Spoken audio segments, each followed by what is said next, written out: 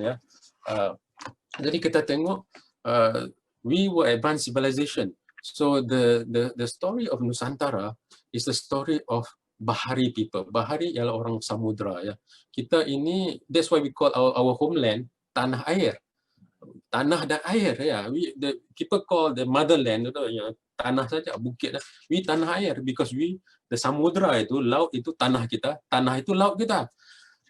And so much so that there's one book it's called East of Eden ya. And in this pembuktian DNA, right? We are the people, we are a generation that populate the world. Sampailah ke China, in fact up to United States, Donald Trump world, sampailah ke Latin America. We populate, right? We existed prehistoric times lagi. What does it mean? There were technology found sewaktu itu yang belum ada lagi, right? And if you look at what's written even by Plato, Plato talks about, membicarakan tentang Atlantis. Dia tidak kata Atlantis in Mediterranean, dia kata Atlantis is in the tropics. And we know dalam Nusantara, cerita Nusantara bermula dengan benua Sunda, the Sunda Basin, right? Benua Sunda itu kerana ada letupan daripada Gunung Merapi Krakatau, kemudian Lake Toba, Gunung Toba, kemudian ada banjir yang besar. Kita ada sebahagiannya tenggelam, sebahagiannya masih timbul muncul. Dan part of us move outward, become seafarers and all that. Part of us stay on. Now, we are the original Atlanteans. We are the original Aquaman kalau nak kita kata. So Atlantis was is in probably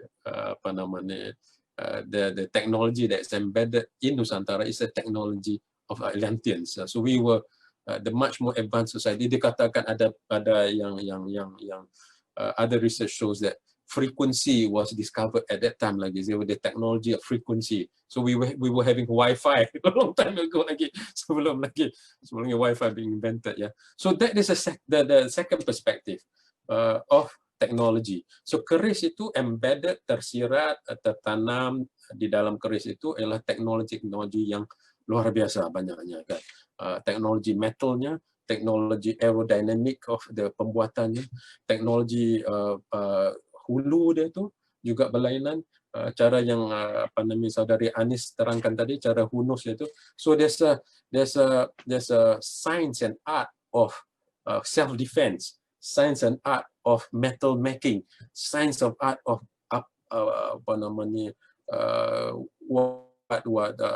what parts should go with what parts so that it fits with the movement of the arm and all that, right? Jadi ini kehebatan teknologi keris ya. The third perspective is kalau kita bincang tentang local wisdom, heritage, sejarah pula perspektif. Sejarah. Tadi kita dengar ada sejarah-sejarah dari pandangan barat ya. Jadi kita banyak dongeng, banyak folklore, termasuklah cerita tentang Tamin Sari dan sebagainya. Tetapi dalam konteks Nusantara itu banyak ilmu diturunkan melalui sejarah lisan, ya, oral history, dan juga melalui folklore. Jadi kalau kita tengok dalam buku Panji is almost like Javanese hikayat ya. Panji dia kata keris itu dimunculkan, dicipta oleh orang Nusantara. Ada juga dongeng, ada juga folklore yang kata ada yang prince lahir, pangeran ya, putra lahir dengan keris sekali di sampingnya pula itu. Kita dengar pula dengan cerita Tamin Sari dengan hikayat Hang Tuah dan sebagainya tu. Saya tidak perlu mendalami cerita tadi, kita cerita tentang keris itu tidak terpisah dari cerita Nusantara. Dan keris itu adalah satu warisan Nusantara yang sangat Nusantara. Berbeza daripada batik. Ya. Batik mungkin is not ours. Ya. In fact, batik is from India kalau kita trace the origins of batik. Ya. Tetapi keris is us. And I want to link it with the fourth perspective. This perspective spiritual. yang sering hampir dipinggirkan, ya. Sometimes it's being treated as fake news, as alternative knowledge dan sebagainya. Tetapi I think this is where our mission as pendukung yang menyayangi Nusantara ni should come back, and that is a re-spiritualization of knowledge of history, ya.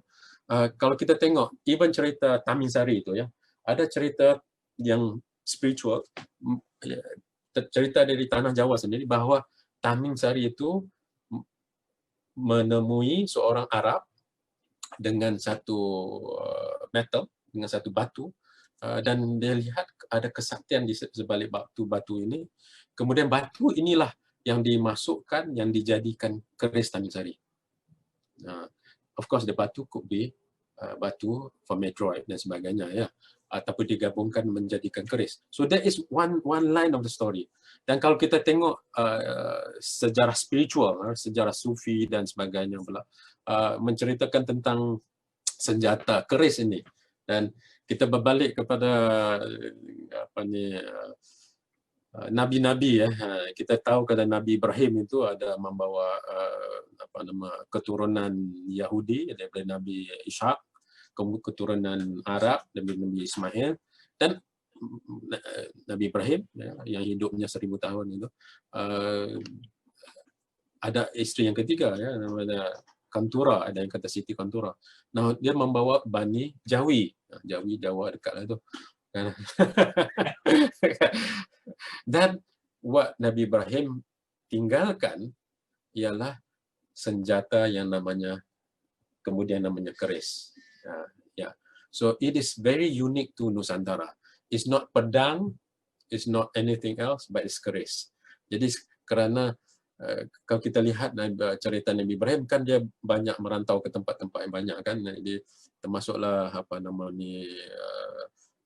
Nabi Ismail, anaknya Nabi Ibrahim, yang kemudian daripada ujung kakinya munculnya air Zam-Zam, kan, jadi dia lari-lari dan sebagainya.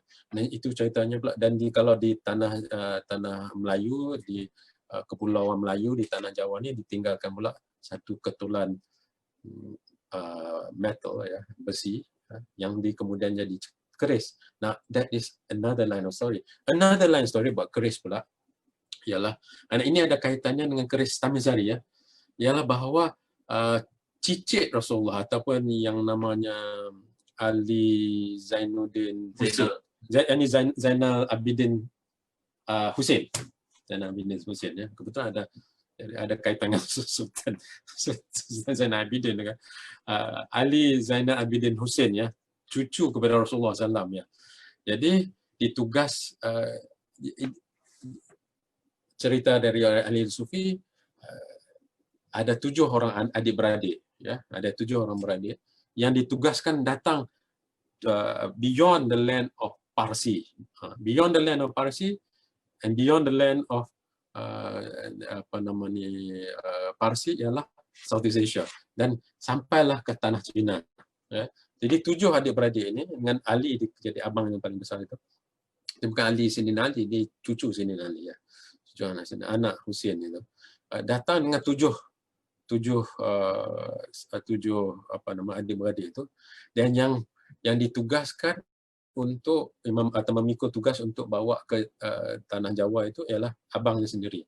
Dan abangnya sendiri itu yang membawa satu special metal, and that special metal yang kemudiannya dikatakan menjadi, kemudian dia diserang oleh penita Hindu dan sebagainya, ada cerita di sebaliknya. Tapi di situ metal itu kemudian menjadi diserap, kemudian menjadi keris Tamin Sari. Itu the lineage, cerita-cerita spiritual of Tamin Sari sendiri. Jadi kalau kita lihat, keris itu adalah, dia mempunyai banyak akar sejarah. Dan kalau kita mahu mengapresiasi, mahu menghargai, mahu menghayati keris sebagai satu sejarah, sebagai satu warisan, sebagai satu kehebatan. Apa salahnya kalau kita memasukkan kembali unsur pemahaman spiritual ke dalam pemahaman sains dan sejarah yang kita tahu, ya.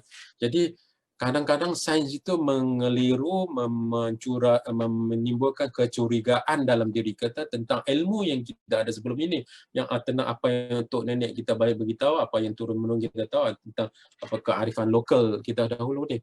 Tapi kalau kita tengok sejarah Majapahit dan Hang Tuah, ya, dan ada ahli sejarah kata Gajah Mada, right, tidak pernah bertemu dengan Hang Tuah kerana ada perbezaan tahun itu, kan. Mungkinkah bukan Gajah Mada yang bertemunya itu? Tamin Sari itu mungkin bukan dari Gajah Mada, mungkin dari kerana Majapahit empire-nya sangat lama, kan. Di hujung-hujung Majapahit, jatuhnya Majapahit kerana naiknya pengaruh Islam. Dan itu ada kaitan dan juga dengan pengaruh Islam itu ada kaitan juga dengan Melaka. Mungkin di hujung-hujungnya.